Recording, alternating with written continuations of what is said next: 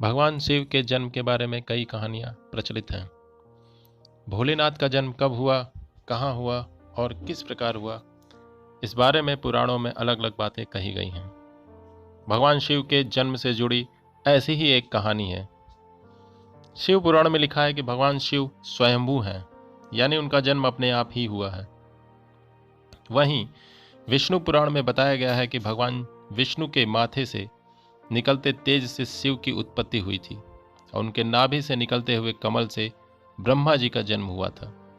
और दूसरी ओर शिव पुराण यह कहता है कि एक बार की बात है जब भगवान शिव अपने घुटने मल रहे थे और उससे निकले मैल से विष्णु जी का जन्म हुआ।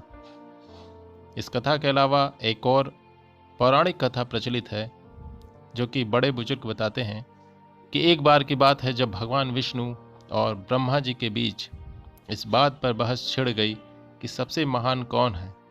इस बात को लेकर जब दोनों बहस कर रहे थे तो एक खंबे के रूप में महादेव उनके बीच आ गए।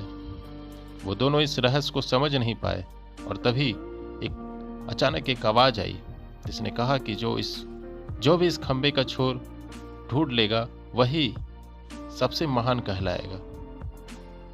और यह सुनते ही ब्रह्मा जी ने एक पक्षी का रूप लिया और खंबे का ऊपरी हिस्सा ढूंढने निकल गए।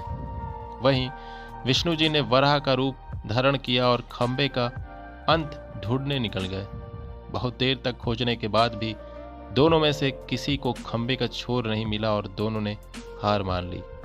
इसके बाद भगवान शिव अपने असली रूप में आ गए। फिर भगवान विष्णु और ब्रह्मा जी ने मान लिया कि वही सबसे महान और शक्तिशाली है। यह खंबा उनके न जन्म लेने और न मरने का प्रतीक है। इसी कारण से यह कहा जाता है कि भगवान शिव स्वयंभू हैं, यानी वह अमर हैं।